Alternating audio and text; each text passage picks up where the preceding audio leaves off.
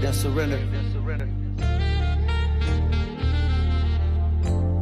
I trust you when it's good, I trust you when it's bad. What I look like sitting around trying to be sad, this too shall pass. It all happens so fast, I know this pain ain't gonna last. This too shall pass. Satan getting on my nerves. Hey, literally, stop messing with my nerves.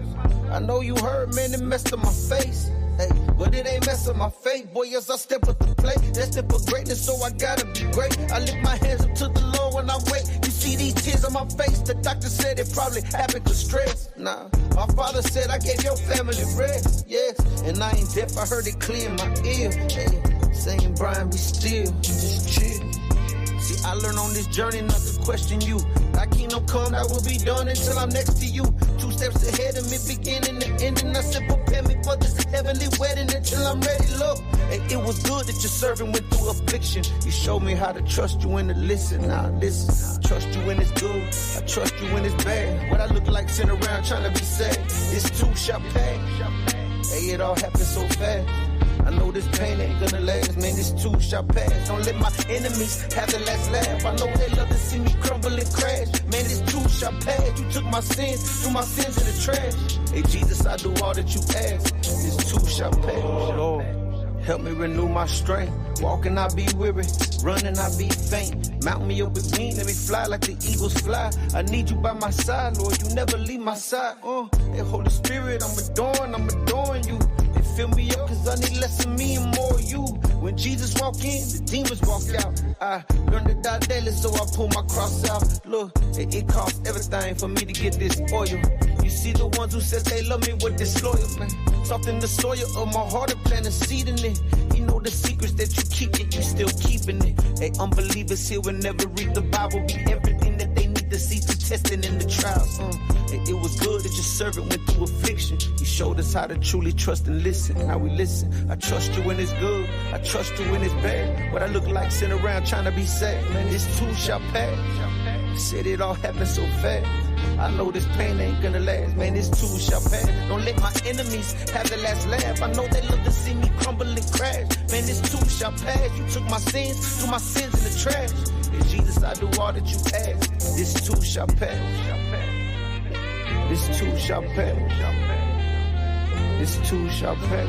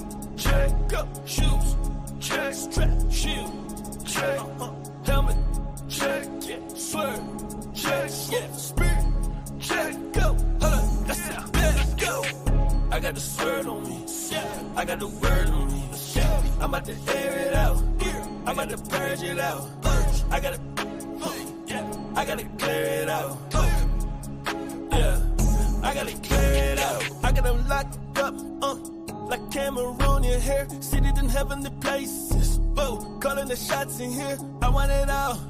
I want the healing and all. I want the blessings and all. Get out of my throne. Yeah, I got the principality to shook. When I pull up to the scene, I got the book of look, and I'm strapped. Ayy, 10:19, whoa. Ephesians, ayy, 6:13, whoa. I'm at the flex, ayy, yeah. Watch me clean, bill. Check, check, breastplate, check, go, shoes, check, strap, shield. Check, helmet, check, yeah, swerve, check, yeah, spirit, check, go, hold on, let's go. I got the swerve on me, I got the word on me, I'm about to air it out, I'm about to purge it out, I gotta clear it out, yeah, I gotta clear it out. I gotta clear it out so I can rep the name that God placed upon me. Watch the way that God changed the game, cause he made the game like he worked for Sony. Every day I approach temptation like a Power Ranger with this armor on me. That's the only way that I remain blameless, cause I'm too dangerous when he call up on me. I got new intentions. Check. time to do the mission. Check. Making new decisions. Check. Now I'm too forgiving, that's a bet. I can see through every lie that the devil tell me, so I won't ever go for that. And I know God ain't gon' ever fail me, so I ain't never going back to life. Bell, check, check, breastplate, check, go, shoes, check, strap, shield, check, helmet, check, yeah, swerve, check, yeah, spirit, check, go, hold up, that's it, let's go. I got the swerve on me, I got the word on me, I'm about to air it out, I'm about to purge it out, I gotta clear it out. Yeah, I gotta clear it out. I remember days I was tripping. I remember days I was slipping. Yeah, I remember days I was still caught up in the system. Look, I had to break out the cage. I had to find a way. I had to get down to pray. I ain't no prey. I am alive today. I make them run away. Yeah. All of my prayers gon' go. All of my angels gon' go. Whoa, whoa. I got the armor on, covered from head to toe. Hey, I got the spirit on me. I'm about to put on the show. I'm about to flex like Christ, make him a spectacle. Let's go.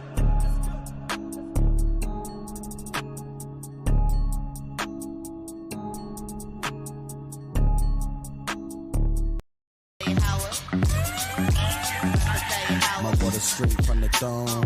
We built the altar with the unhewn stones. Roam through the city, all we see is these bones. So my face like flint till I wake a couple souls. A prophet hated by his own, so the father sent his son to bring the tribes of Jacob home. Jumping through these traps, cause they trying to see us gone. But we walking through the fire just like Daniel and his bros. From every sheep to her zone, we stay inside the book because the book is all we own. Heritage and you better hold it on. We like David fighting giants with no armor and a stone. We face east cause a car home. We face east just to call home. We can't sleep till we all home. We won't rest till they all gone. So I guess that we be calling out they all bones. Blessed to see, invest the deep in the laws of our God. Niggas Elohim, Shema, Warapah, all the side the king. Barakatah, Yahweh, and Mashad Nagim. Blessed to see, invest the deep in the laws of our God. Niggas Elohim, Shema, Warapah, all the side the king. Barakatah, Yahweh, and Mashad Nagim. From Bereshit to the books in Greek, the dragon took the sheep. Man, the book complete. The father looked for peace, but we shook the beast. Now we up until our power put the hook in cheek. Shema, Yasha Allah, Abanawa, Yahweh, Ahad. He the tower till he give us the power of God. Though in the tower you will never devour a tribe. The Lord despised all you devils, your hours arrive. Blessed is he that kept the peace. Never forgot the poor and he kept the feast. I'm trying to dodge destruction, they can't stop the sea. Barakatah, Yahweh, and Mashad Nagim. Blessed is he that kept the peace. Never forgot the poor and he kept the feast. Trying to dodge destruction, they can't stop the sea. Barakatah, Yahweh, and Mashad Nagim.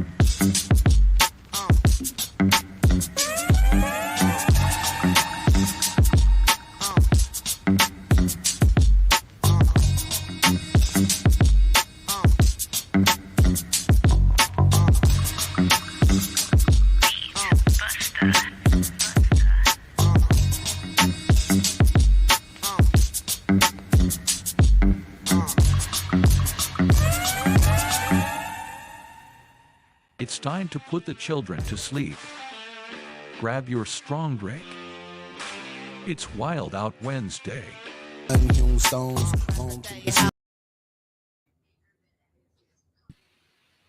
All right, yo, shalom, shalom, shalom.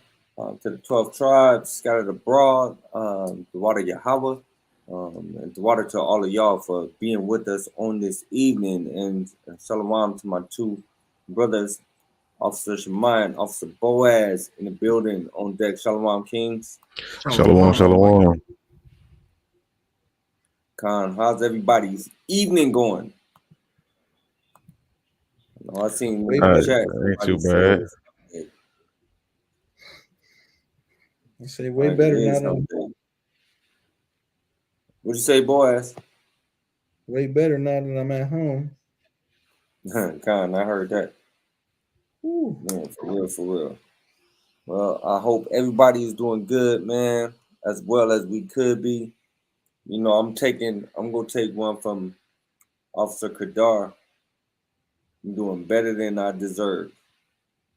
Right? Enduring in this captivity, and I'm doing much better than I deserve. I think, hey, when you take on that attitude, man, you just automatically become a lot more appreciative. You know, I was riding around Oakland the other day, and I was just looking at all the homeless camps, and yo, that is really disheartening to be riding through that and seeing that, man. To just see people, you know, on the street.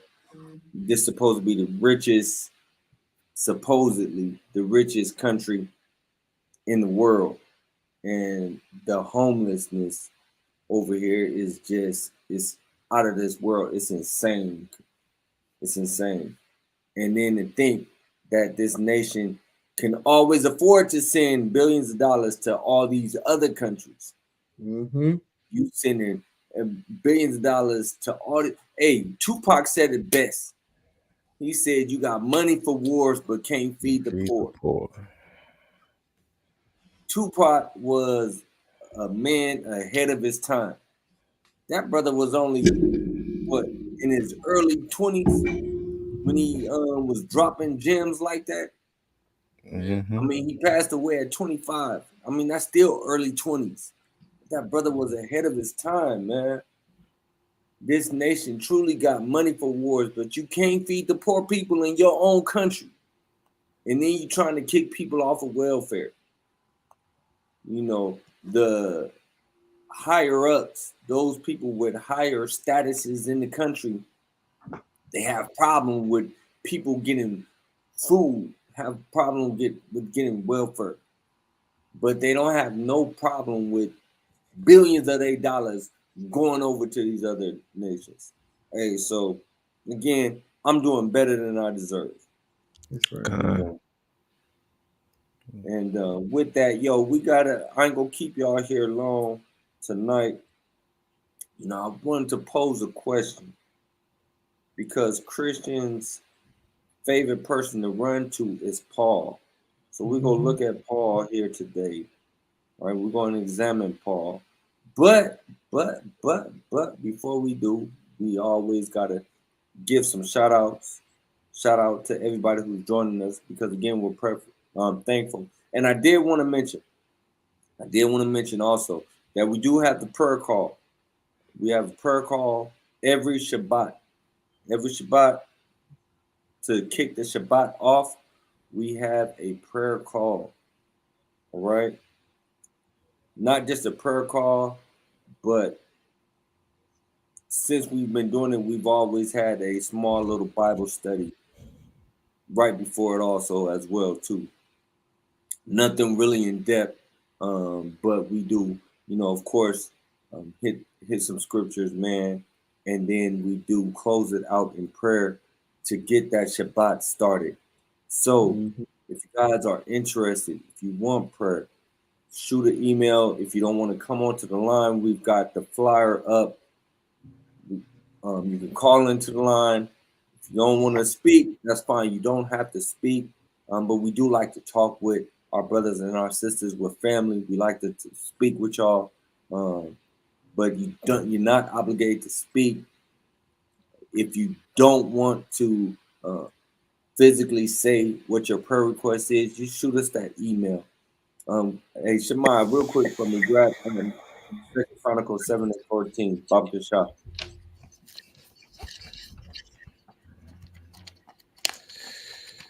All right.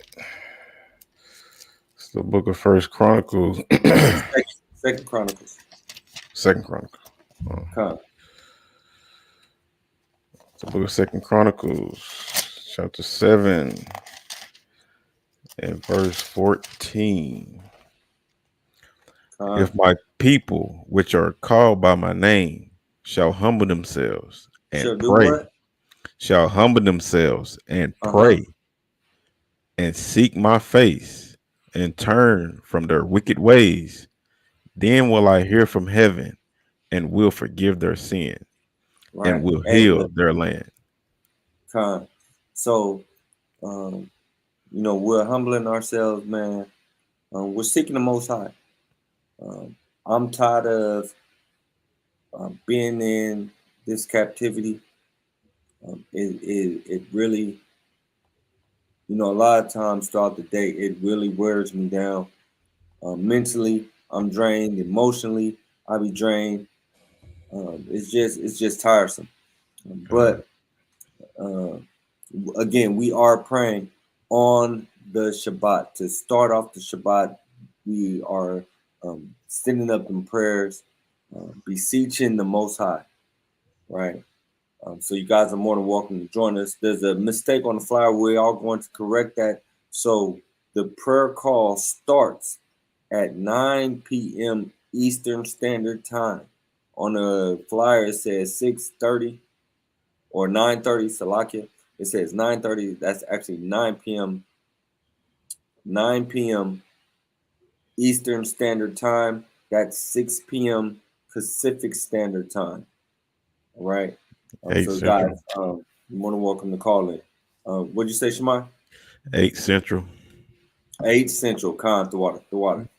Right. So there's the times: 9 Eastern, 8 Central, 6 Pacific. Right. And with that, let's go ahead. Let's get into these shout outs. Sister Joan Gilchrist, Shalom, sis. Abaja the Humble, Shalom, sis. John Allen, Shalom. Prospect Yaiquab, Shalom. Nadiab, Shalom. Officer Knox, Shalom. Captain Yakim Yah, Shalom. Belen Christella, Shalom, sis. Chokma, Shalom. World Without End, Shalom. Soldier Gary, Shalom.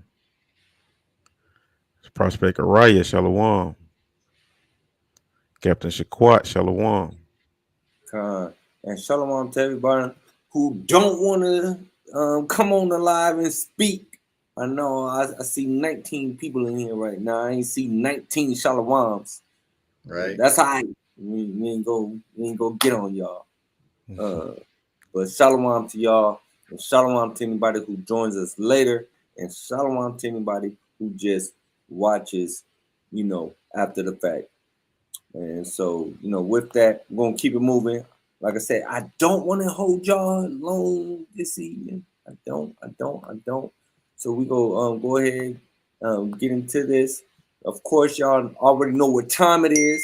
We got to start out with some history of racial injustice.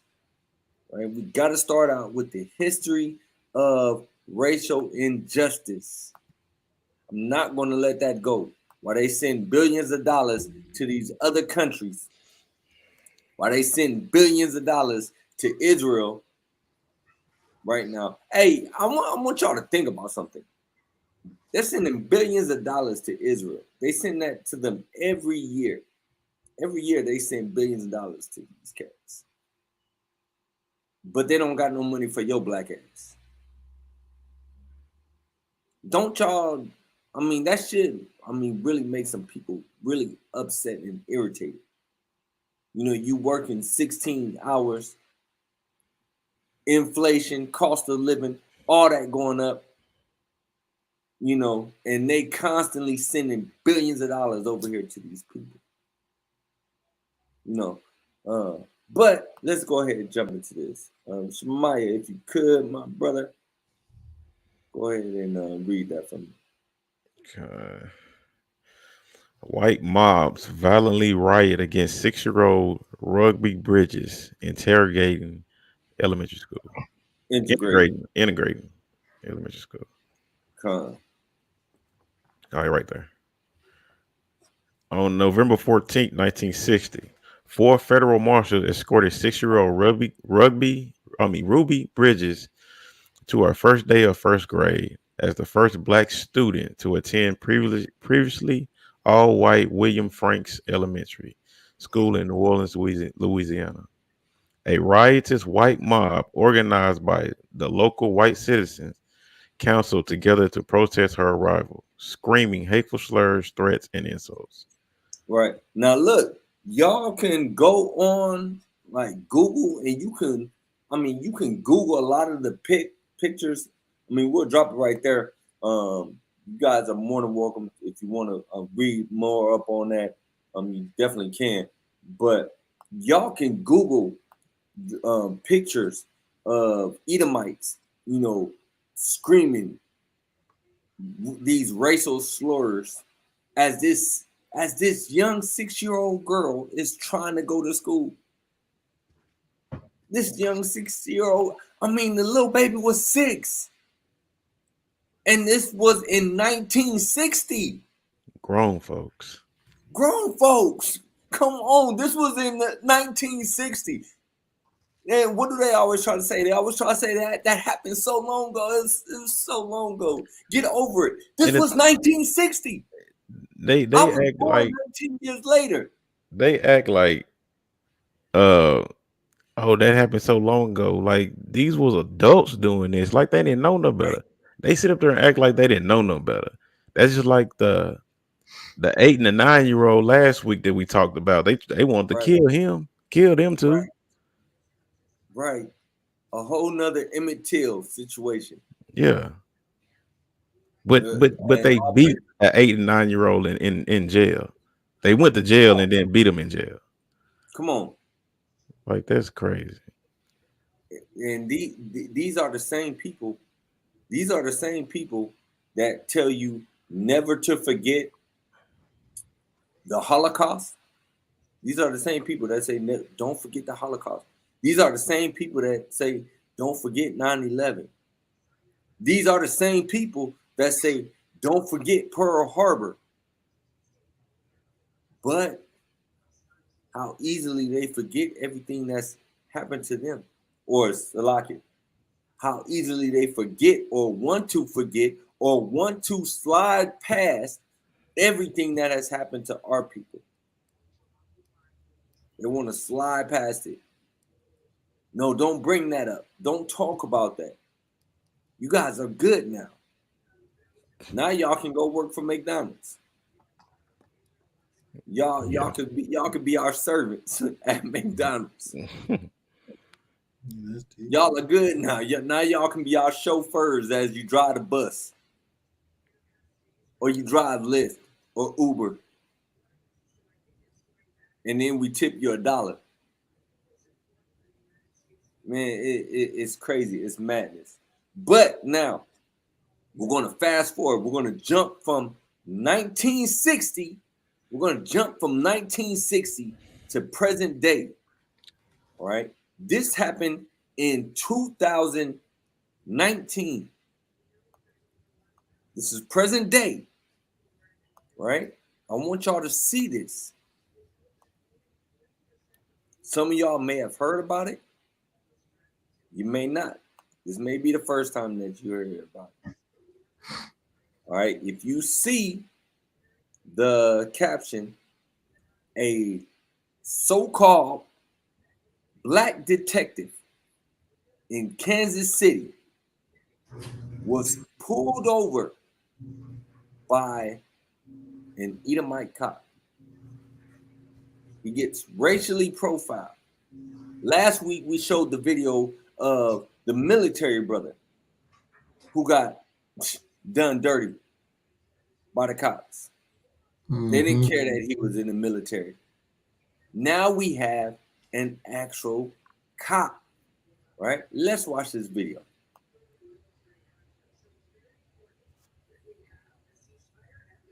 I know you can't really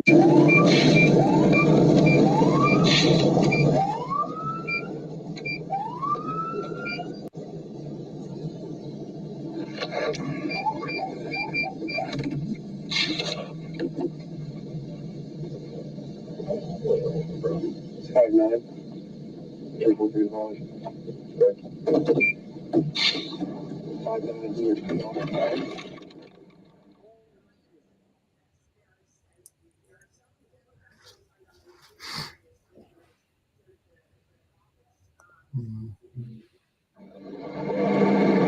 Well, first of all, I don't know why you're dumping out like that on us. You can win, Russell. Yeah, damn, dude. What, man? Look, listen, your plates don't come back to the thing. So they're traffic stop on you. Where you at, bro? I'll take the route. Okay, don't do that to us. Get the fuck out. Why? I'm in a police uniform. Yeah, but I don't know where you are. I'm going off. You said Detective Robinson? Yeah. Cool, man. All right, have a good night. Holy shit, man.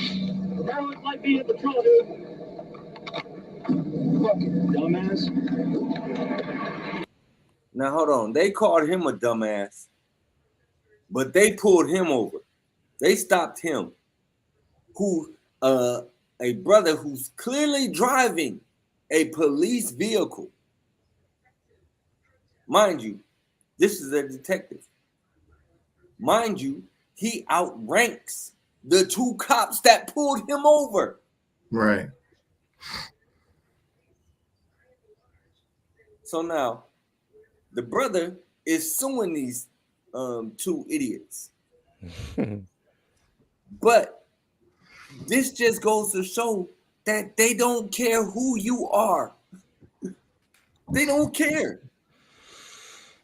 Not at all. Just like they didn't care and that Barack Hussein Obama was president. They really didn't. And he ain't even one of our people, but they don't care. Now, I had another video. I wanted to get my donkey of the week, but I don't have the video. So we just gonna have to wait to see that to next week. By then I'll be in my new spot and I'll be able to have everything ready to rock. But it's gonna be entertaining. It was entertaining for me anyway. But what are y'all thoughts on that? You got a black cop, a detective being pulled over, being racially profiled. He's clearly in a police vehicle. He's in police uniform. I don't know if y'all could see, but he had his badge on him. Mm-hmm. Yeah, he had the badge on his chest. Yeah. He had his badge on him. So if they pulling over cops, what you think they gonna do to your black ass? Right. And obviously they put him on for no reason, because as soon as he said he was a detective, well, okay. Right. They finna make us some shit. Man, that was in Kansas City. Con. Hey, Adawan, I actually got it from a sister that's out there in North Carolina with y'all. I forget who it was, but yeah, I got it from a sister who's out there with y'all. All right. So with that, Yasha Allah, we're gonna go ahead and jump into this lesson. Is Paul double-minded? Right? Is Paul double-minded? Now, Christians love to run to Paul. Paul is their go-to. Mm-hmm. And if we have any Christians that want to jump in here, hey, you're welcome. We welcome. Right? But they love to run to Paul. They love to go to Paul. Right? So let's start off with Khan. I think that's her. Khan. Let me get James chapter 1 and verse 8. Right. Because we got a problem. First of all, we're probably going to do a class on this as well too, on whether they actually truly believe Hamashiach, whether they actually truly believe Christ, whether they actually truly believe in him. We're going to go over that. But they will run to Paul before they even run to the words of Christ. I don't get that. How do you say that you're a follower of Christ, but you run to Paul to defend your gospel or to defend your stance. And since you believe that Christ is God, why wouldn't you just go to the words of God himself? Salaki. Come on. You know some of them say that Paul had authority over Christ. Whew. Madness. Madness. Wait a minute. So I thought the story went that, you know what I'm saying, Mashiach knocked Paul off the horse or something like that. If I'm correct. I'm paraphrasing. That's the last time. That's what I read. Okay. But he got the authority.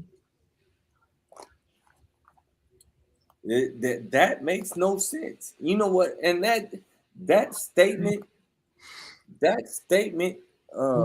just goes into the fact that they don't actually even read the Bible at all. Right? Go ahead. Smart, did you want to add anything else? La. All right. Go ahead and read that for me. It's the book of, you got it. Go ahead. It's the book of James, chapter 1 and verse 8. A double-minded man is unstable in all his ways. All right, it says a double-minded man is unstable in all his ways. Now, I went here first because I want to point something out. So, according to Christians, Paul says that everybody can be saved. Anybody can be saved. Salvation is for everybody. That's what they say. But really quick, before we even go there, I need to answer what, Shemaiah, what you just brought out about Paul being over Christ. Mm-hmm. And to what Boaz just said about Paul getting knocked off the horse. Go to get Galatians chapter 1 and get verse 12. Okay.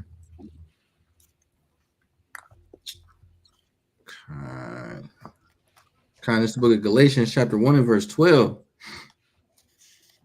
For I neither received it of man, neither was I taught it, but by the revelation of Yahushua HaMashiach. So everything that Paul was teaching, he was given by revelation, but from who? Yahushua HaMashiach. Right. So now, how does Paul supersede Hamashiach? How does Paul supersede Yahushua? If Yahushua gave him the revelation, first of all, Paul had to be given the revelation, right? Yahushua came and knocked him off his horse. So Paul was given the revelation, but he was given the revelation by Yahushua. So how does Paul's words then supersede what Yahushua would have said? Lucky. Come on. They ain't even Paul's words. They ain't even his words. It ain't even his words. It's crazy. Christians are backwards. Christians are so backwards. So again, a double-minded man is unstable in all his ways. Mm-hmm. And for a Christian to then say that Paul says that anybody can receive salvation, right? We got to go to another classic before we really get into it. Give me the book of 2 Peter chapter 3 and start at verse 16. There's the book of 2 Peter chapter 3 and verse 16. Can I start at 15?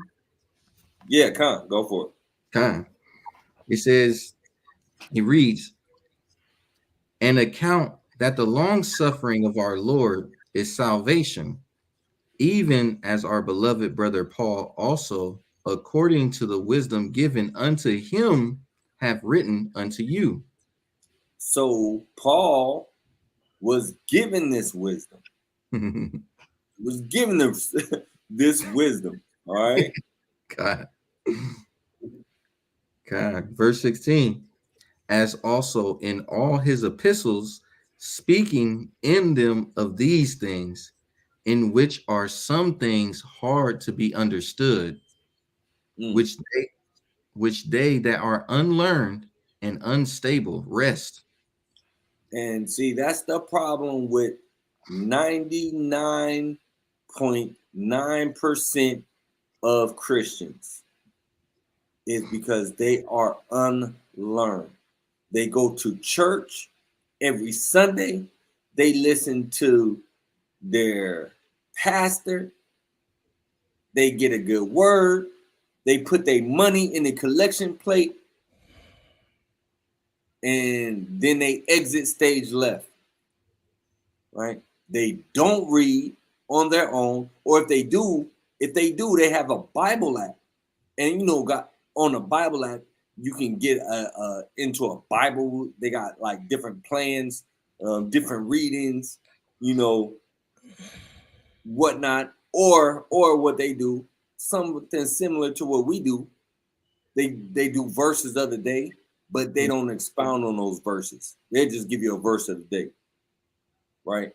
And of course, it's always a verse that is dealing with prosperity or happiness or something like that, right? But it never goes into detail, or it never expounds, or it never gives a exegesis on that verse. Right. So the things that Paul has written will cause a person who is unlearned to be destroyed. Can get a person who is unlearned, can lead them to destruction. Go ahead, Shemai. I got a precept. The book of Acts, chapter 26 and 22. Having therefore obtained help of Yahweh, I continue unto this day, witnessing both to small and great, saying none other things than those which the prophets and Moses did say should come. So Paul only taught the Old Testament, everything that was in the Old Testament. He had no authority to change anything. I yield on that. Yo, that's a great point. So now, Christians, you have a problem. You have to deal with that. But they're not going to. Not at all. They're going to skirt around it, and they're not going to deal with it. And what's going to happen? It's going to get them destroyed. Point blank. Now watch this. Go to the book of Galatians, chapter 3 and verse 28. It's the book of Galatians, chapter 3 and verse 28. There is neither Jew nor Greek. There is neither bond nor free. There is neither male nor female. For ye are all one in Hamashiach Yahushai. Right. So this is the verse right here where Christians will run to show you that everybody can now be saved. See, you Hebrew Israelites don't know what you're talking about. You see, brother, salvation has been extended to everyone. Forget everything that the Bible has said. Forget every other verse in the Bible. They stand on this one verse, not knowing what this verse really means, but they stand on this one verse and say, you see, now everybody can be saved. But we have a problem, right? So, first of all, when was the book of Galatians written? Anybody in the chat, if you can, I don't care, use Google if you need to. If you don't know, when was the book of Galatians written? And there's a reason why I'm asking this question.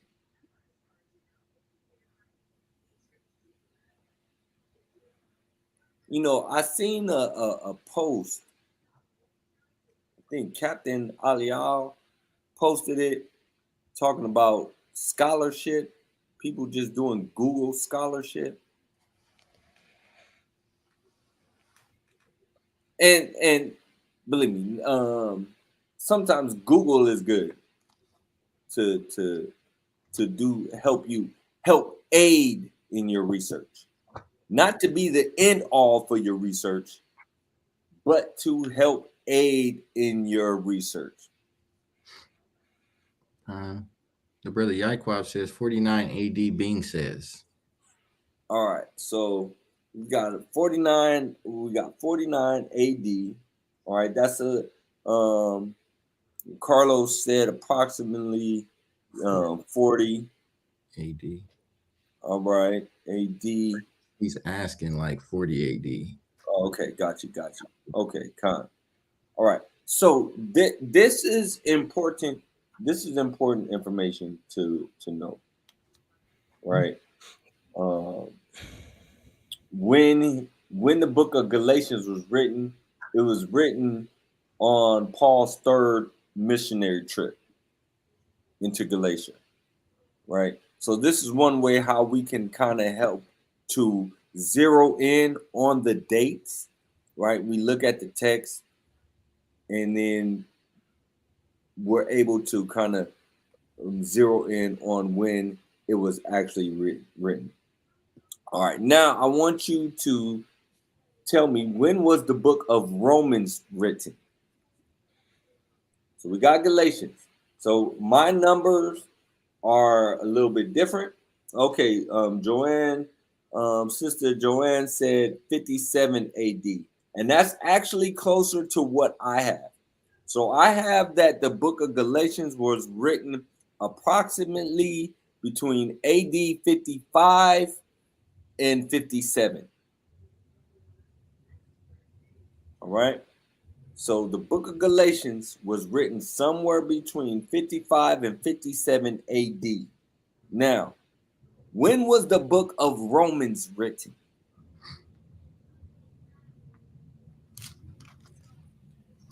If you could, just I want people to just throw a guess. Do you think that it was written before Galatians, or do you think that it was written after Galatians? Put a 7 if you think that it was written before. Put a 3 if you think it was written after. 7 before, or 3 if you think it was written after.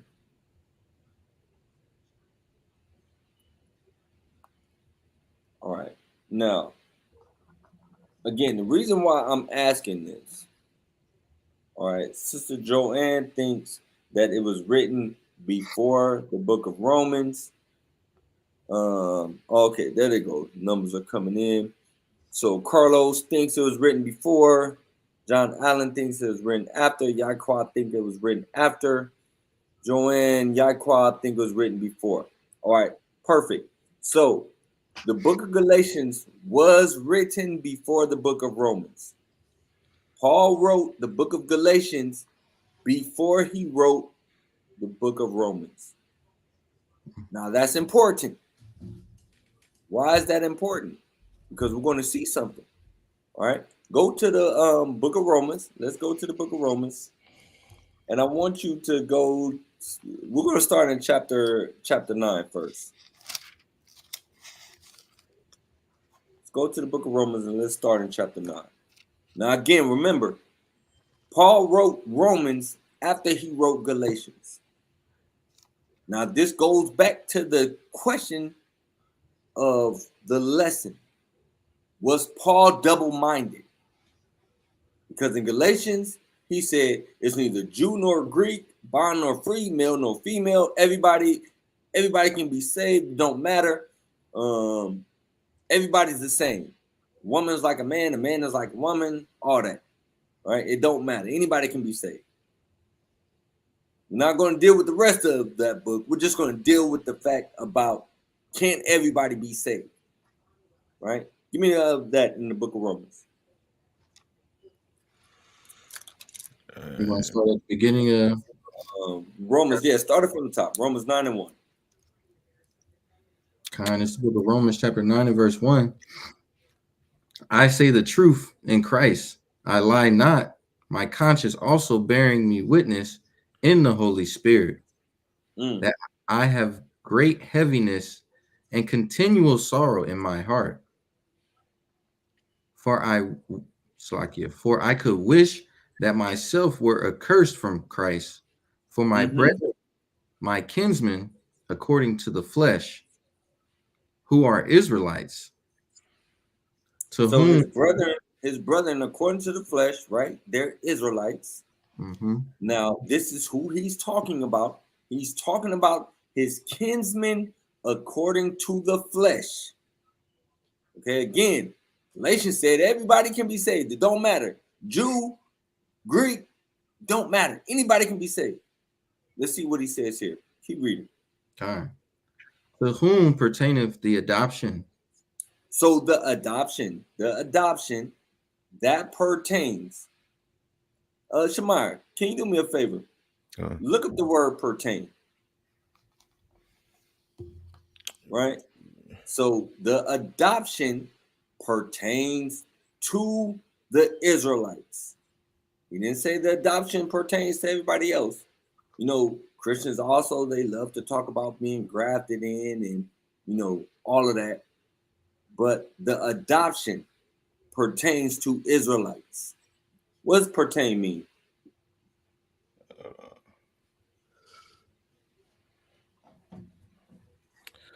Pertain, be appropriate, related, or applicable. Is there more on it? They got the law version. Be in effect or existence in a specific place or at a specific time. Now, do me a favor. Go into the blue letter. Let's get the blue letter definition. Boaz, keep reading on that while we get that definition. To whom pertaineth the adoption and the glory and the covenants. All right, so the glory and the covenants. The covenants, all of the covenants. All right. Christians love to say, yeah, we're in the new covenant. We don't have to keep the law anymore. Okay. Let's say that was true, that we're in the new covenant and we don't have to keep the law. Let's say, for the sake of argument, that that's true. That covenant still pertains to the Israelites. He didn't say anybody else. He said, Israelites, my kinsmen, according to the flesh. Keep reading. Okay. And the giving of the law and the service of God and the promises. And the promises. All of the promises in this book right here, all of those promises pertain to the Israelites. Shemaiah, you got that in the blue letter? Yeah, hold on.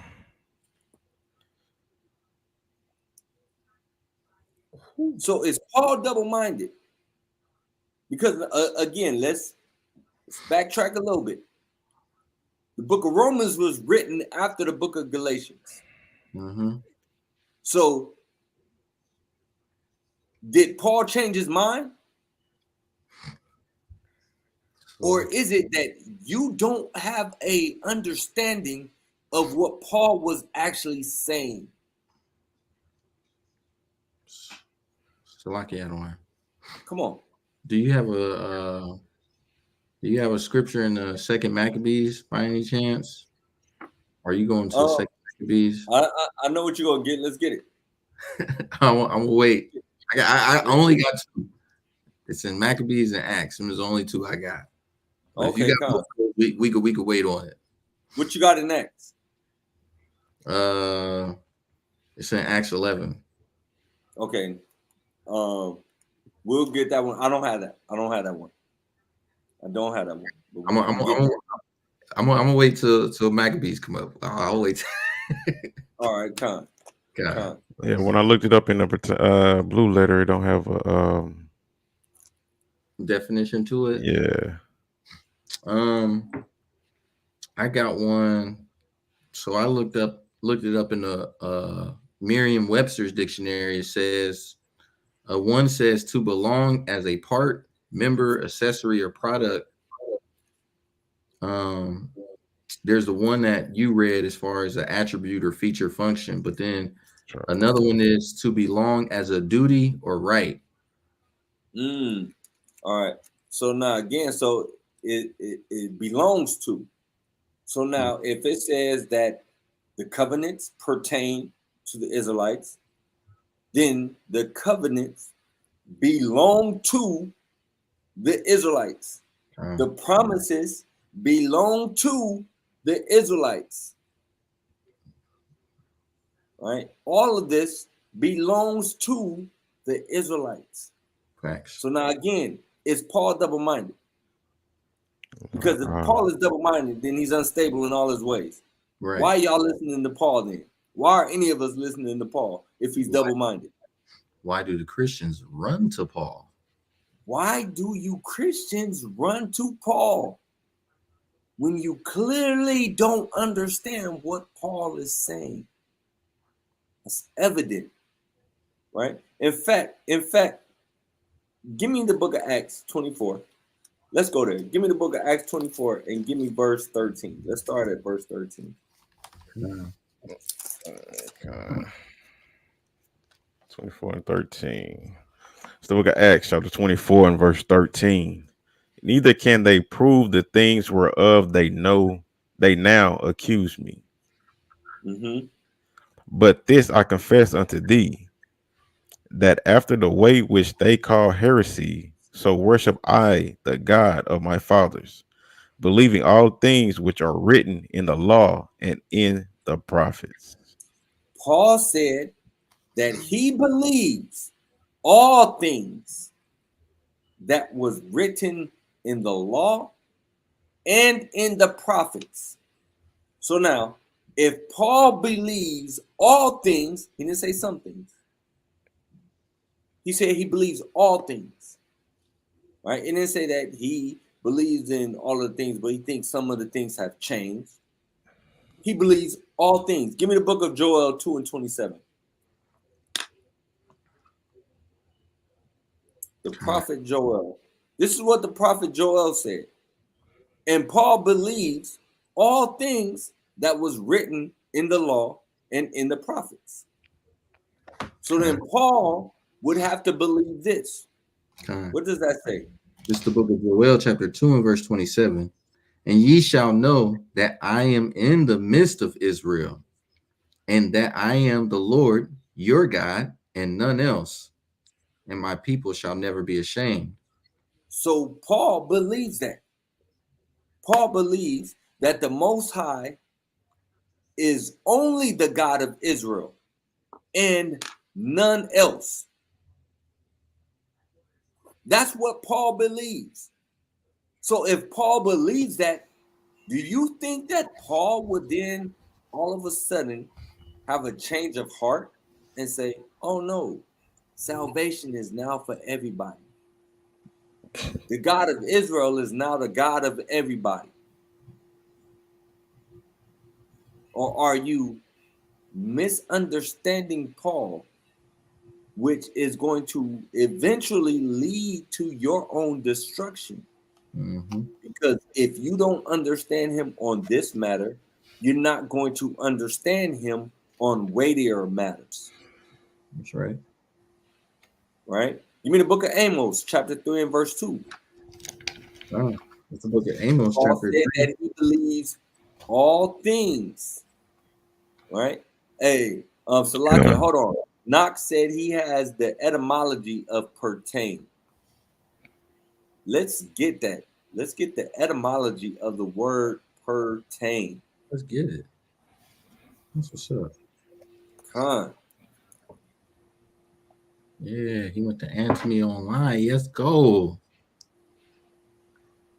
It reads, early 14th century pertain be attached legally from Old French partenaire, to belong to, and directly from Latin pertaining to reach, stretch, relate, have reference, to belong, be the right of, be applicable, to belong to as a possession or an adjunct, or maybe I'm saying that wrong. Is it adjunct? I can't really see it. Belong to as one's care or concern. Yo, that like obliterates everything what they're talking about. When you look at the promises, when you look at the let me go back there and get that real quick, man. Because you know what this is called? This is called scholarship. When you actually go into the words, you actually go into the meanings of the word, you actually do what Officer Knock did and get the etymology of the word, what it actually meant, and it meant this back in the 14th century. So what you think it meant when this was written? Let me get that again. The book of Romans chapter 9 and I start at verse 3. For I could wish that myself were accursed from Christ for my brethren, my kinsmen, according to the flesh, who are Israelites, to whom pertaineth the adoption and the glory and the covenants and the giving of the law and the service of God and the promises, right? Those all pertain to the Israelites. Those all belong to the Israelites as a possession, right? You can't get around that. It didn't say to anybody else. It didn't say to any other nation. It didn't say to anybody who believes. It didn't say to anybody who say that they want to cleave. It didn't say to the Christian church. It didn't say to the Mormons. It didn't say to the Baptists. It didn't say to the Pentecostals. It didn't say to the Catholics. It said to the Israelites. Right? Watch this. We're going to go a step further. We're going to go one chapter ahead. Shemaiah, give me the book of Romans chapter 10 and verse 1. God. It's the book of Romans chapter 10 and verse 1. Brethren, my heart's desire and prayer to Yahweh for Israel is that they might be saved. No, he said to everybody who believes. To Israel, for Israel is that they might be saved. Paul is not concerning himself with anybody else. He didn't say to the world. He didn't say my heart's desire is that the world might be saved. He didn't say my heart's desire is that Edom might be saved. Edom has a death curse. Why isn't Paul saying that his heart desires for them to be saved? Right. Because again, Paul believes everything that was written in the law and in the prophets. So now, again, Christians, is Paul double-minded? Because according to you, he's done flip-flop on his stances. And see, many people might be confused. The Bible is not in chronological order. So they might read Romans and then see, oh, Galatians comes after Romans. No, Paul wrote the book of Galatians before he wrote the book of Romans. Let's get that. The definition of desire. Desire, to wish or long for, express a wish to obtain. Well, he is longing for this. Demand, expect. The original sense perhaps being await what the start will bring. Wow. Mm. Now, is he wishing for anybody else? Is he longing for anybody else? It said to Israel, Christians, you have to deal with this. And don't try to tap dance around it. Deal with this verse. See, like we're going to go and deal with Galatians. We're going to deal with that Galatians, and we're going to actually give you the sense of what Paul was saying. Okay. Because Paul is not double-minded. He's not pivoting on his stance. Paul has the same stance. He's saying the same thing in the book of Galatians and in the book of Romans. Right. And we can deal with the law issue on a later date, because I know they like to go to this same book to try to refute the law. Right. Go ahead, Shemai. But to understand Paul, you gotta understand a couple of concepts. That first, it was a split between Israel, and the Southern Kingdom wasn't messing with the Northern Kingdom, and also any of our people that acted like the Gentiles, we call them Gentiles or heathens or dogs or whatever. That's just like today, us calling one of our people an Oreo. Right. Who is he acting like? You know what I'm saying? If we call one, he's still our people. But if we call him an Oreo, he acting like, or coon. Yeah. Who is he acting like? He acting like the mother folks. I yield off that. Right. So let's go. Boaz, what was you holding? I'm holding a few things. I was in Amos. Amos chapter 3. Yeah, let's get that. Because Paul believes everything that was written in the law and the prophets. We've got to keep emphasizing that.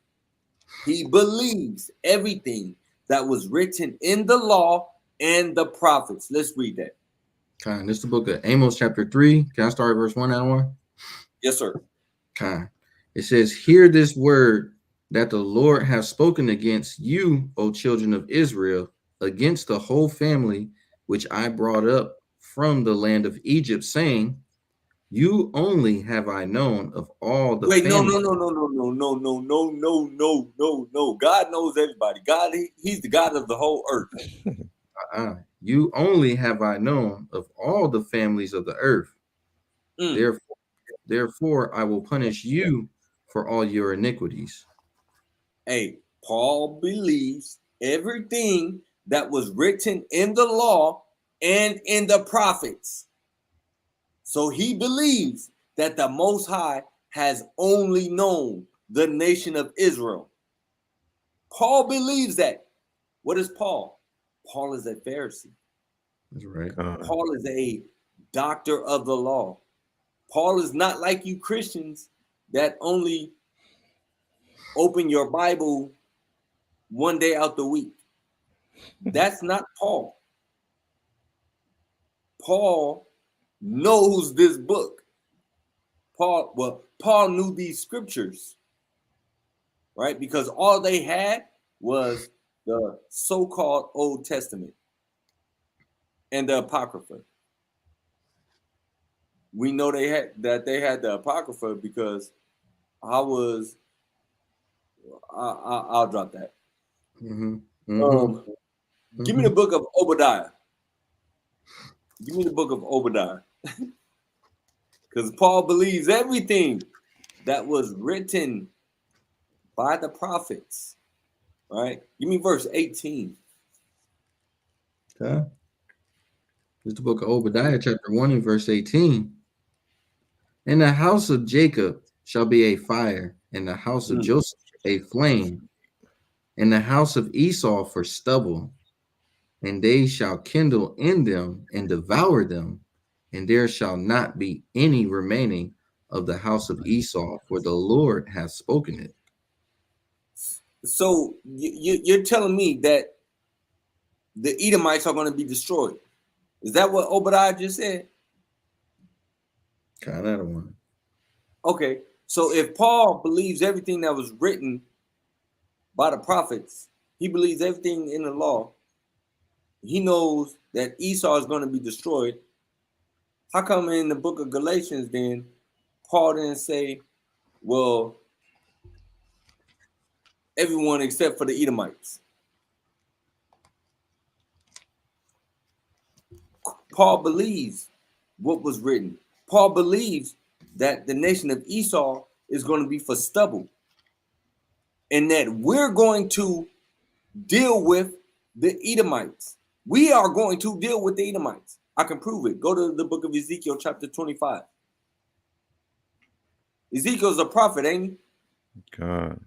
Oh, okay. Let me get a So precept Paul real quick. believes, huh? Let me get a precept real quick. Oh yeah, let's get it. To your point of what Paul believes, because it was written. Isaiah 55:11. So shall my word be that goeth forth out of my mouth. It shall not return unto me void, but it shall accomplish that which I please, and it shall prosper in the thing whereunto I sent it. So whatever the Most High said, it's gonna happen. That's a great Everything precept. in this book is gonna happen. Con. And Paul knows that. Con. So how you would have me to believe then that Paul's word supersedes the Most High? That's what you would have me believe, Christian. That Paul's word supersedes Yahweh Shai, and it supersedes the Most High. You would have to believe that. Right. You got no choice. To say that, you would have to believe that. Yeah. Ooh. Speaking of which, you would have to believe. Why would you have to believe that? I have a precept.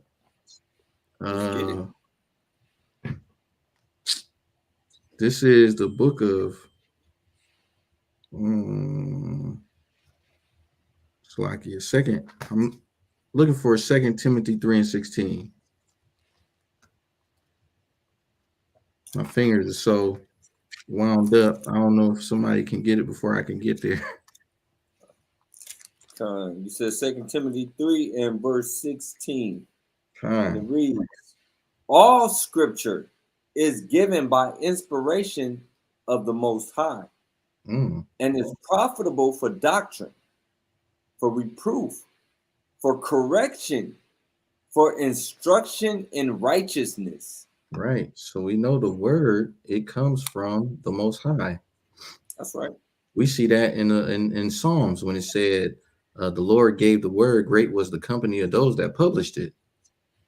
So if y'all go and say that the word that Hamashiach was speaking when he was saying that the word that he got, that he came to bring forth, came from the Father, Paul supersedes him.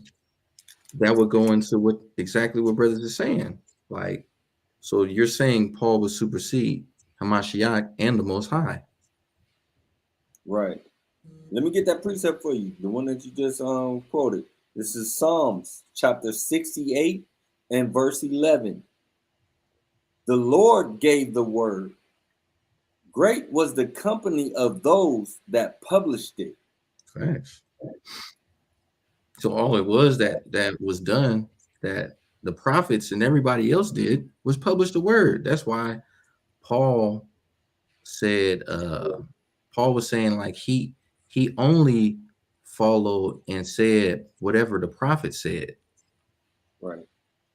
Even though he might have, Paul might have put a spin on it, you know what I'm saying? He might have worded it a little bit differently for the purpose of the people, for real.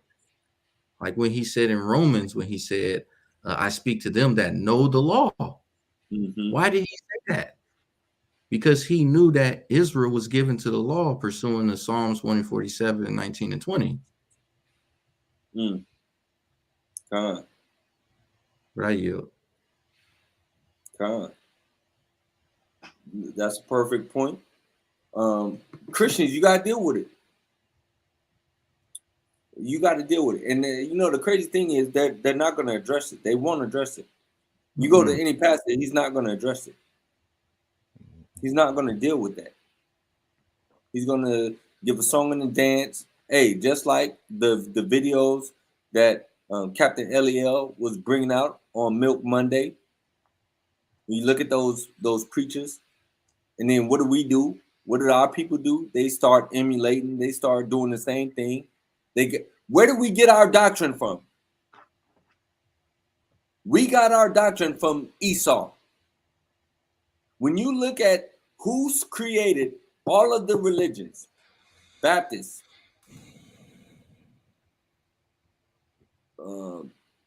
Jehovah's Witness, Mormon, right? When you look at who created all of these religions, who is it? It's Edomites. It's Edomite men. And the crazy thing is, a lot of our sisters, well, in fact, who predominantly do you see? What demographic do you predominantly see in the churches? Keep it 100. In the chat, what demographic do you predominantly see in the churches?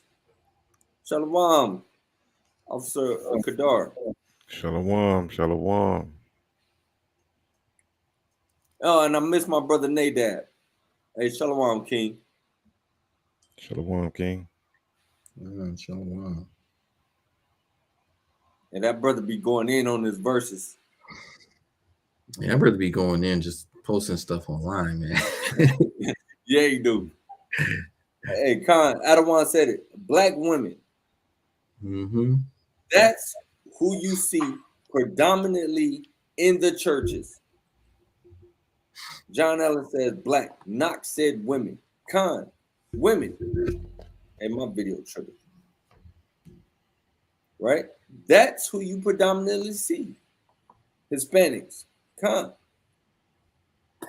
So, that's who you see in the churches. We've been given this doctrine, or Edomite men spoon-fed us this doctrine. I mean, don't y'all kind of like find it ironic that the sisters will listen to white men, Edomite men over us? God. You know, they go to work, and you know, nowadays a lot of our sisters, they have, you know, good jobs, because it's Esau is more apt to put them in these positions than us. Of course. Esau gave him that power. Right. And then, and you definitely won't see like really masculine Jakes in these positions because they fear them. They fear us. But they give it to the sisters. And so then, not all of us. Khan says, I know, not all of y'all. Khan, that's a fact. But it's only a remnant. You all, the sisters that's on here, the sisters that's watching, the sisters who know that they're Israelites, you all are a remnant. The majority, we see what the majority do. The majority talk down to their men. The majority, I don't need a man. The majority, I can do bad all by myself. The majority, can't you pay my bills?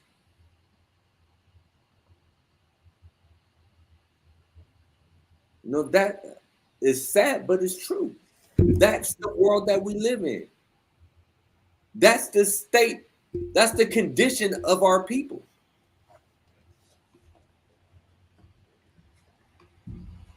Let's grab that. Give me that Ezekiel 25 and 14. Baba Kasha. Oh yeah.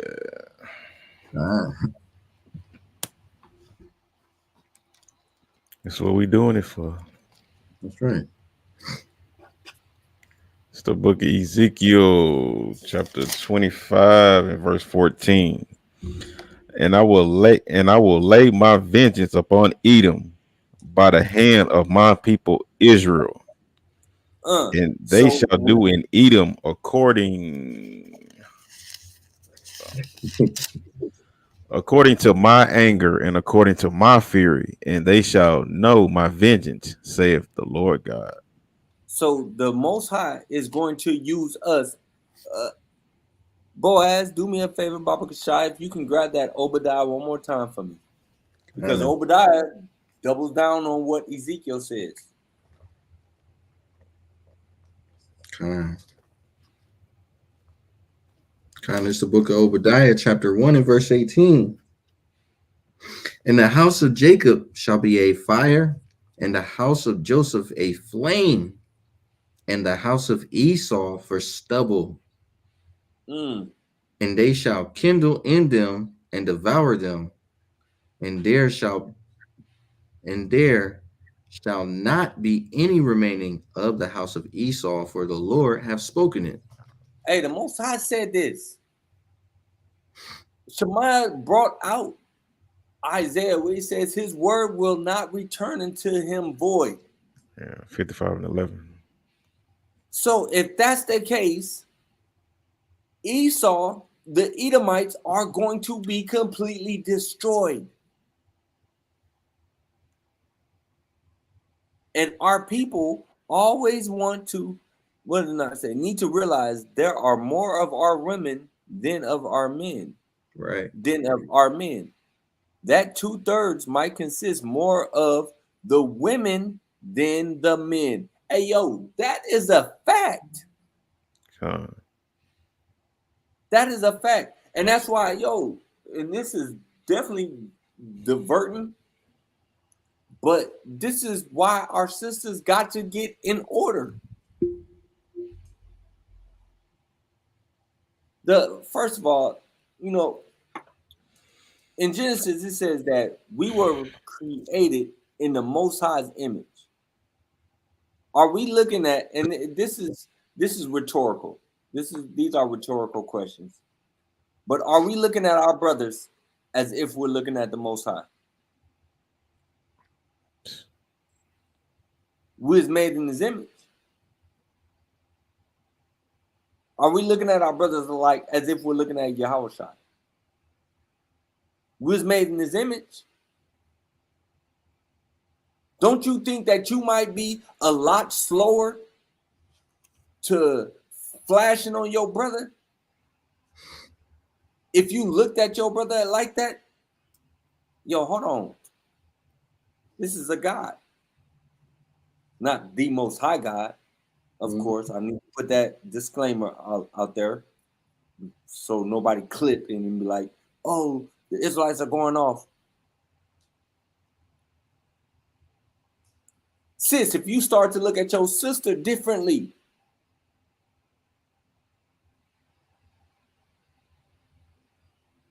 we have to change our thought process. We have to change the way that we look at each other. We have to change the way that we deal with each other. And so, like, I went on a tangent that has nothing to do with what we're talking about. I'll probably bring that up at a later date. But Esau is going to be destroyed. So was Paul double-minded when he said there's neither Jew nor Greek, male nor free, or bond nor free, male nor female? Was Paul double-minded? Lie. Especially when we can go to the book of Romans, which was written after the book of Galatians, and Paul tells you who he wishes will be saved. Paul tells you who the promises are for. Paul tells you who the covenants are for. Paul tells you who the adoption is for. Right? Let's go back to that Galatians. It's the book of Galatians, chapter 3 and verse 28. There is neither Jew nor Greek. There is neither bond nor free. There is neither male nor female, for ye are all one in Hamashiach Yahushai. All right. So now that we've gone through and looked at what Paul said after he wrote this,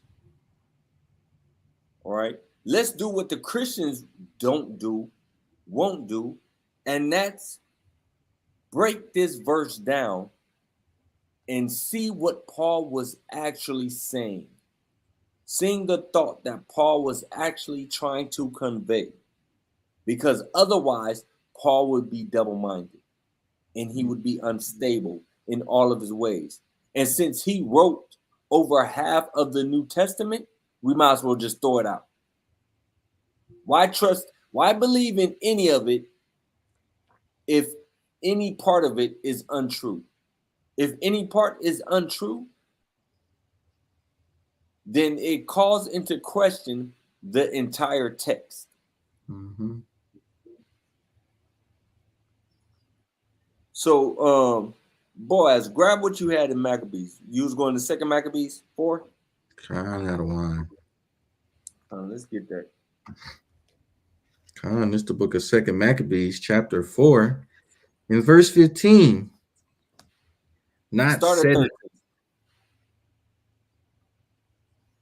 Started 13 on one? This book of 2 Maccabees, chapter 4, and verse 13. Now such was the height of Greek fashions and increase of heathenish manners through the exceeding profaneness of Jason, that ungodly wretch, and no high priest,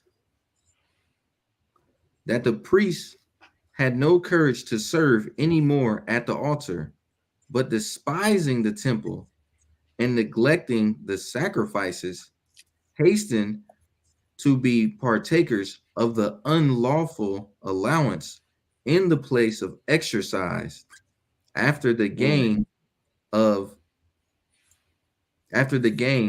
disgust called them forth,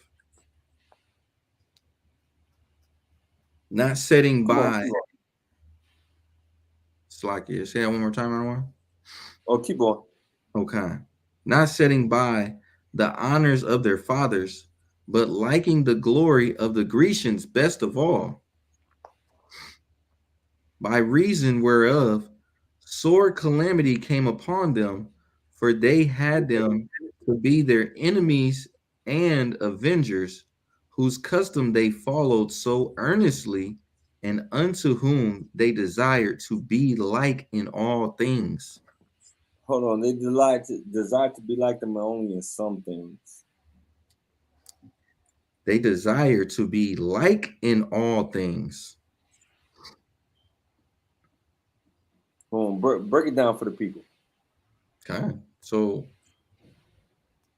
our people was those all things that it's talking about. It's like everything that the Grecians were doing, they wanted to do, to the point to where they even wanted themselves to be identified as Grecians. Because what would we call them?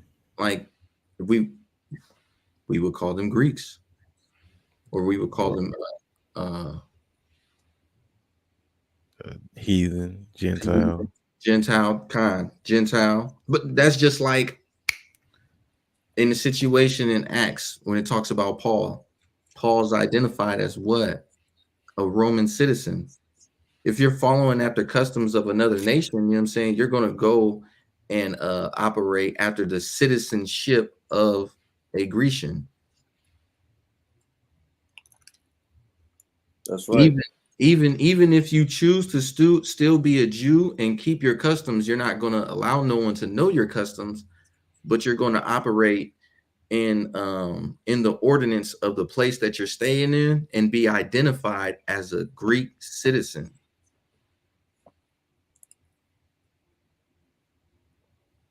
Right. Exactly. I want you to also grab for me, Baba Shah, get chapter 6. Kind.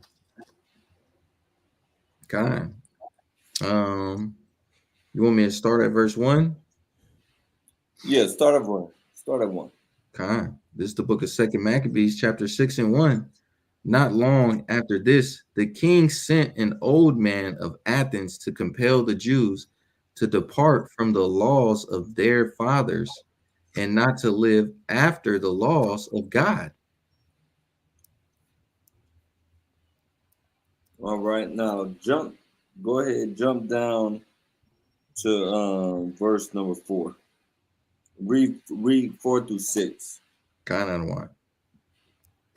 Verse 4, for the temple was filled with riot and reveling by the Gentiles who dallied with harlots and had to do with women within the circuit of the holy places. And besides that, brought in things that were not lawful.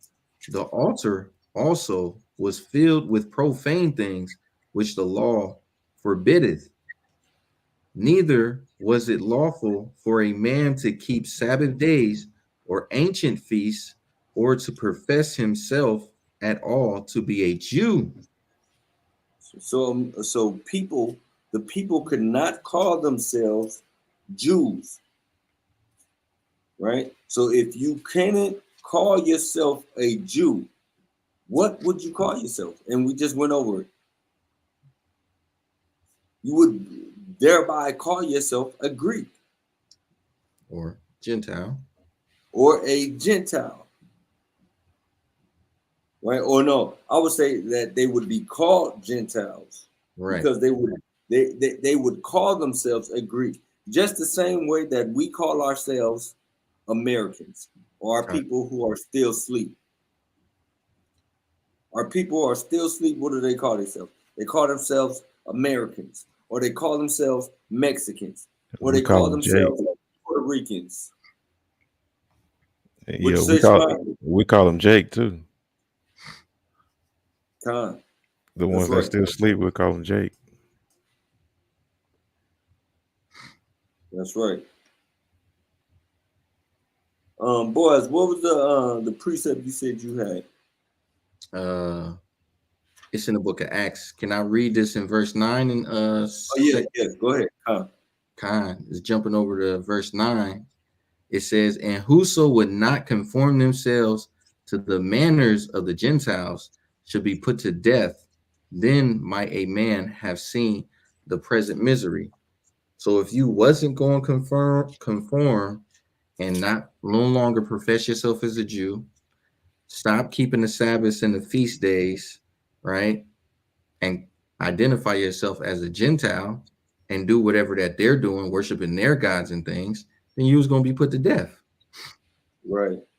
You know, I was just thinking about something out of one when we was just talking, because I'm like, it's crazy because they probably wouldn't have called them, you right, Salaki, I misspoke. They probably wouldn't have called themselves a Gentile. So why do Christians be running around talking about I'm a Gentile? Facts, right. That makes no sense to me. That kills me. And they say it proudly. Facts. It just goes to show you, man, that the stronghold that is on our people. Kind.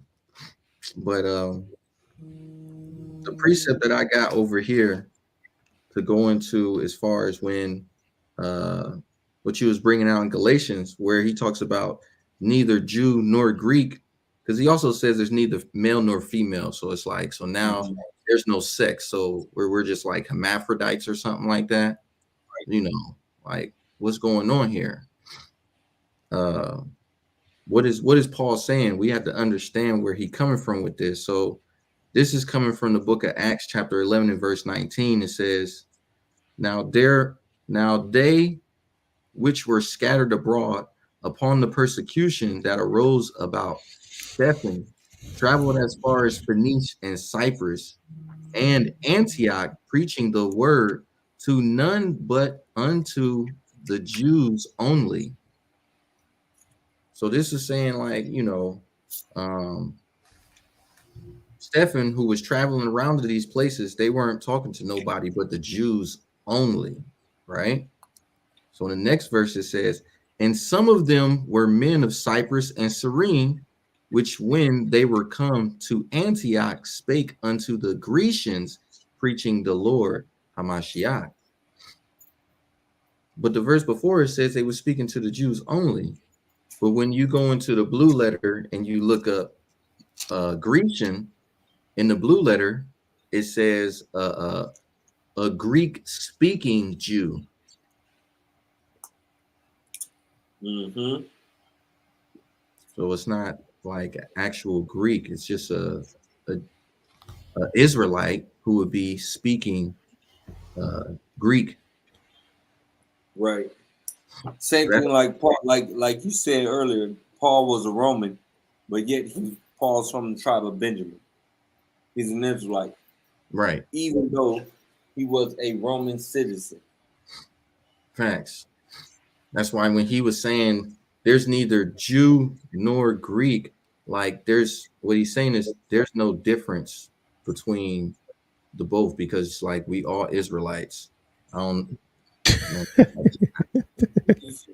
think in the movie It or something? I don't know. Balloons floating up. Right. Like Slovakia. But yeah. But you know what? To ask the question. So when Paul does say there's neither Jew nor Greek, do they even stop to think like, why didn't he say anybody else? Yeah. What about Moab? What about Elam? What about the Canaanite? Ishmael. Why Ishmael? Why does Paul only say Greek? Somehow they take the Greek as everybody else in the world. Oh yeah, brother. When he said Greek, he meant everybody. That kills me right there. So I yeah. don't even understand how that's possible when you got all these other nations that's around here. Like, so when he said there's neither, so the Jews was just the Jews, and then the Greeks was just everybody else in the world. Right. And then hold on, but now that brings up another point. What about the Romans?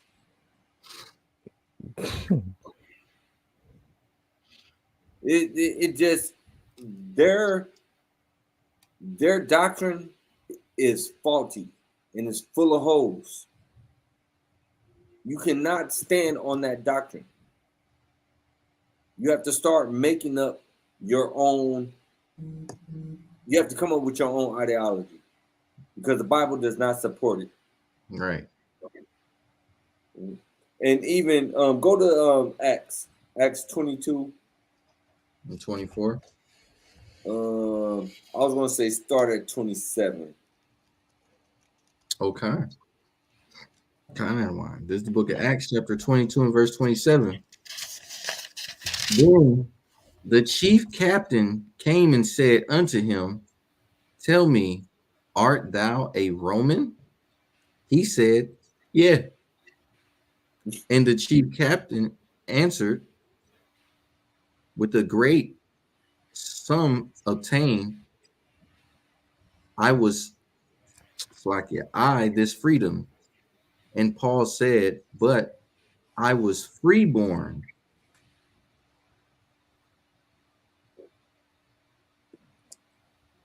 Read that one more time. Kind of one. Verse 28. And the chief captain answered with a great sum obtained. And the chief captain answered, with a great sum obtained I this freedom. And Paul said, but I was freeborn. He said, I was freeborn. So this goes to what he was saying when he said there's neither bond nor free. Mm-hmm. right? Because it's like I don't know, their brains just shut off right after he said Jew nor Greek. They just stopped thinking after that, right? Get 1 Peter 3:7.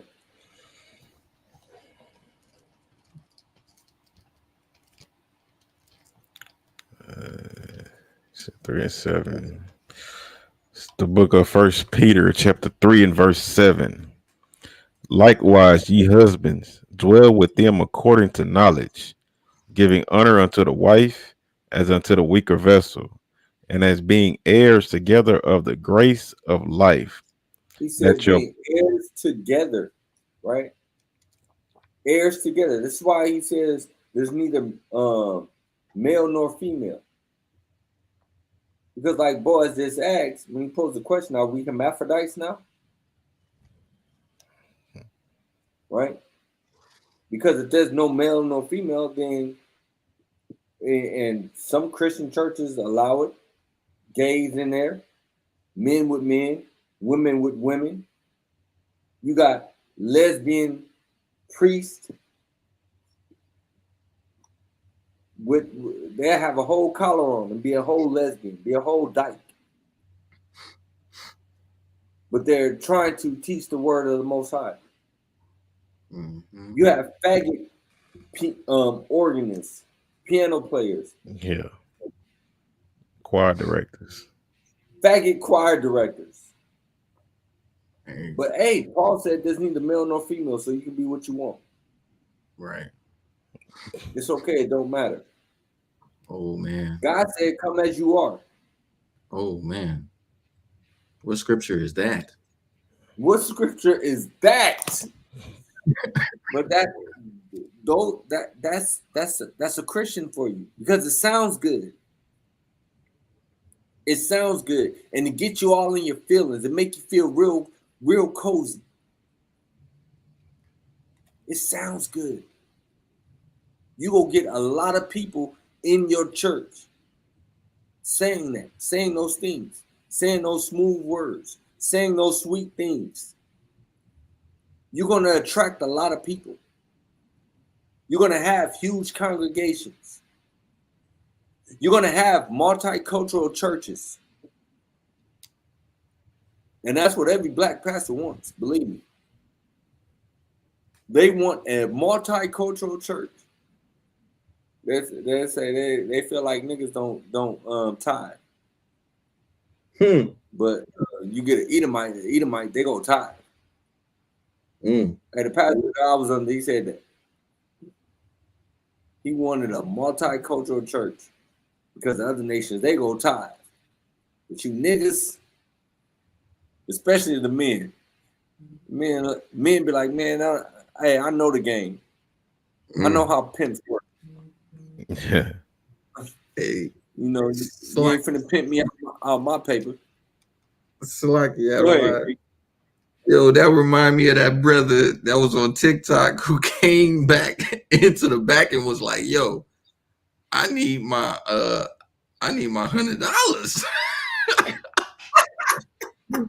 I think I know what you're talking about. I think I know what you're talking about.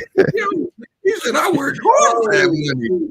He said, I was going to put something in there, but not that. Hey, do you got it? Do you got the clip?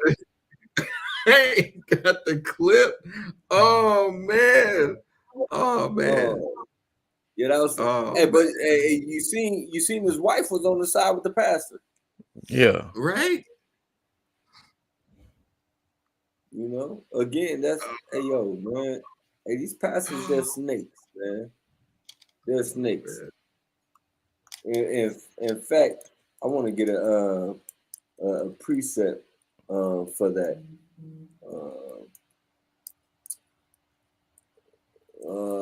Where is that? 2 Timothy. Let's get that. 2 Timothy 3 and verse 6. And then we go wrap it up. It's the book of 2 Timothy, chapter 3 and verse 6. For of this sort are they which creep into houses and lead captive silly women laden with sins, led led away with diverse lusts. Keep going. Keep reading. Come. Ever learning and never able to come to the knowledge of the truth. Hey, yo, that's our people in these churches. They're ever learning and not able to come into the knowledge of the truth. They're being led away. Right. In fact, start at verse 5. Read verse 5.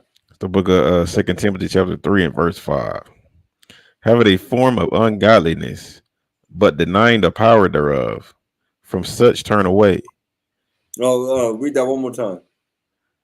Having a form of ungodliness. Not ungodliness. Having a form of godliness. Yeah, having a form of godliness, but denying the power thereof. And that's the pastors. They have a form of godliness, right? They look the part. They up in that pulpit screaming and, speaking Barney Rubble, dancing. Some of them are really gifted, can sing, and, man, they got a form of godliness, but not according to knowledge.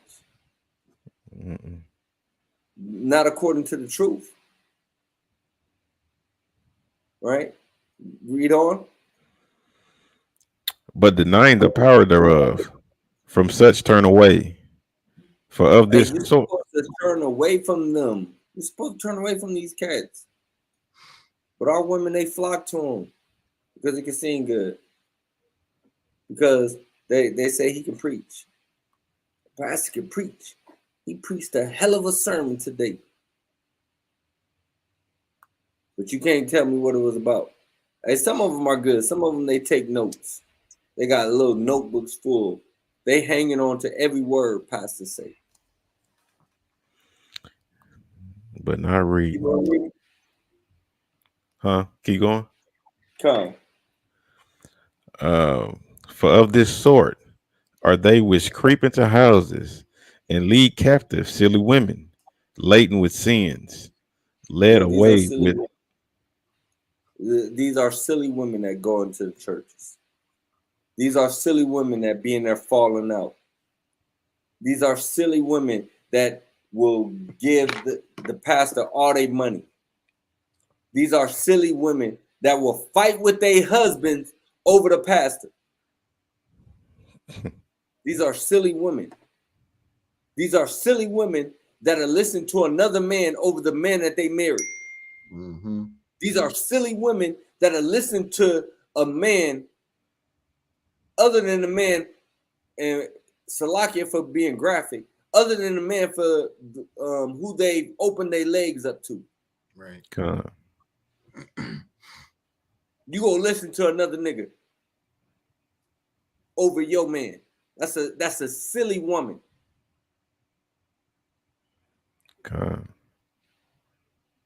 And they'll leave their husband before they leave the church.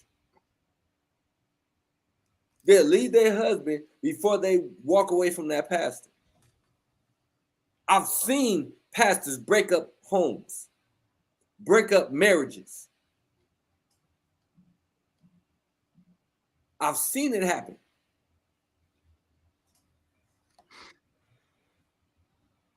But yo, with that, Yasha Allah.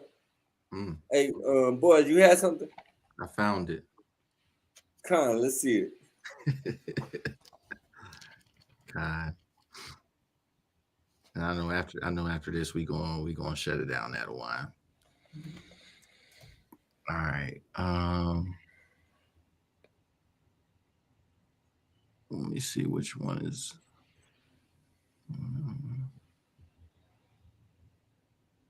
Okay. All right. All right. Can you see this? Yeah, blow it up. Can I blow it up? Yeah, come. Can you see it? Come. Yeah, I'm not gonna come up here and give y'all all my money that I make every month. I'm just sorry. I've been fair. Well, we're not looking for you. I put $20 a week, and then sometimes I feel good. $20 a week is like giving a dollar. Can I say something? If that's your 10% of your earnings, that's my business. That's what it is.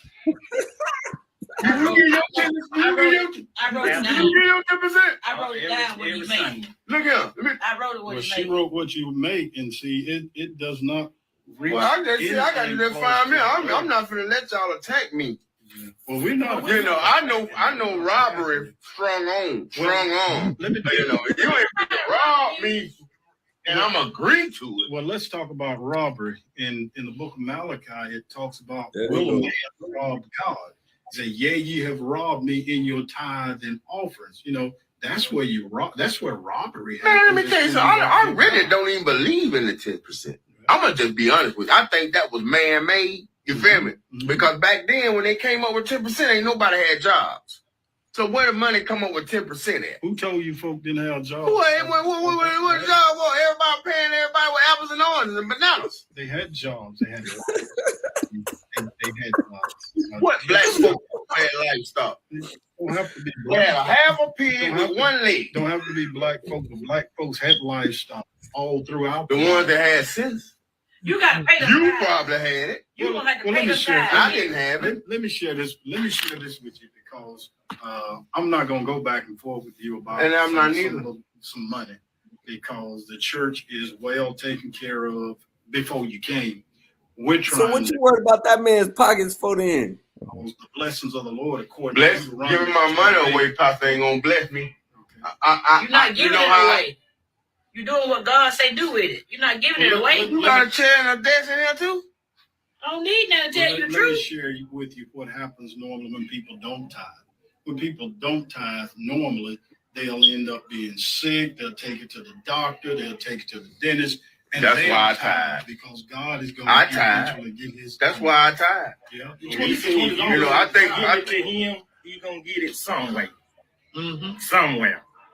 Car breakdown, hospital, child. Well, I bought the car from you. Where? Is it still up? Yeah, it's still up. Okay. But I'm just saying, it shouldn't break down. I bought it from you. You the one sold me the car.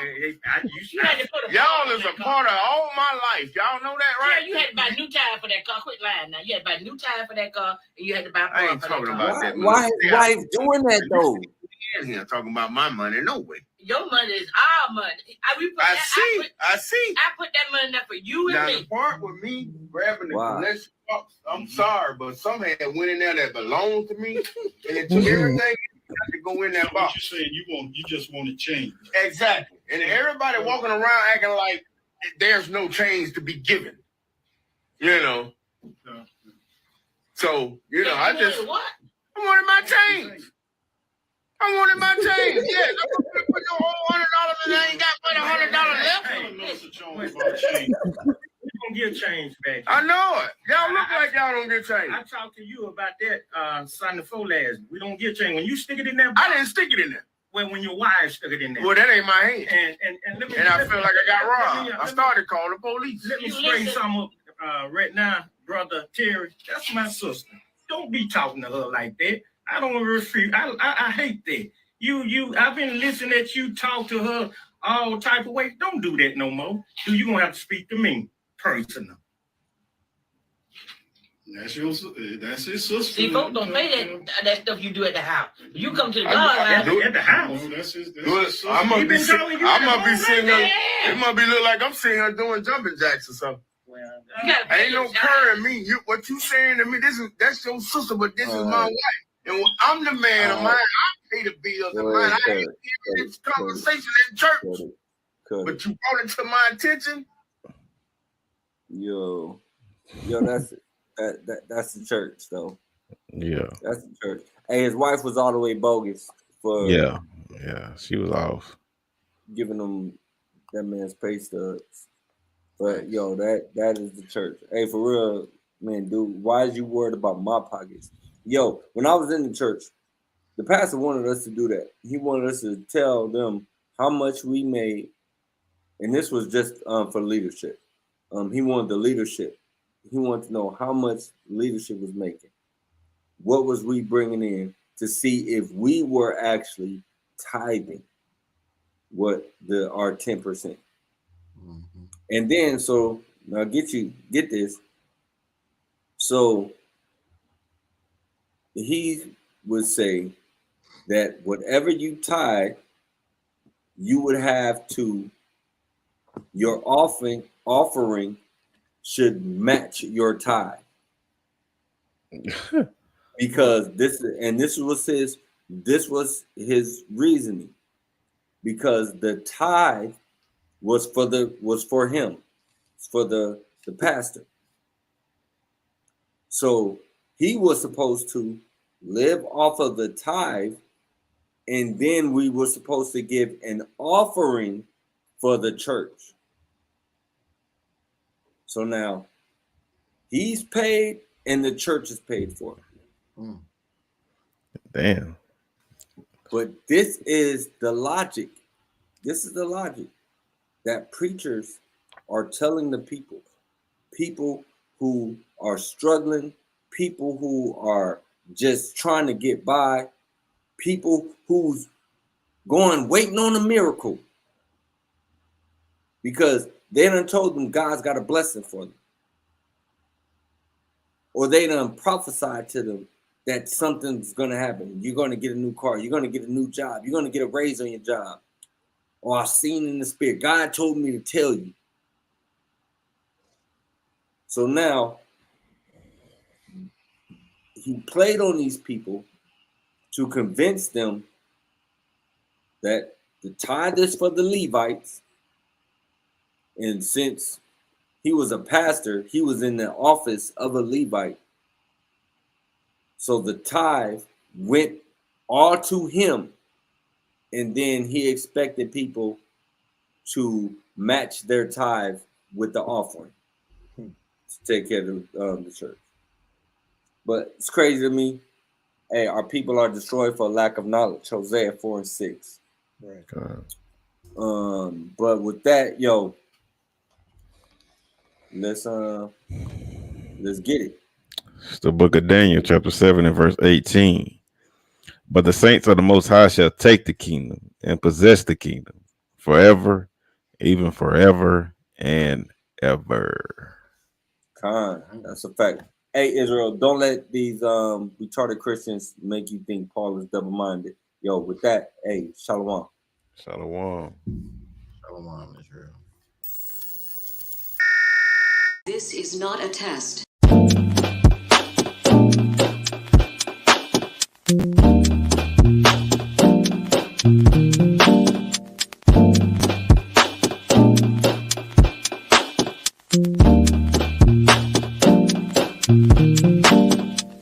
Black skin, black sauce, black Jesus, black music, black skin, black sauce, black Jesus, black music, black skin, black sauce, black Jesus, black music, black skin, black sauce, black Jesus.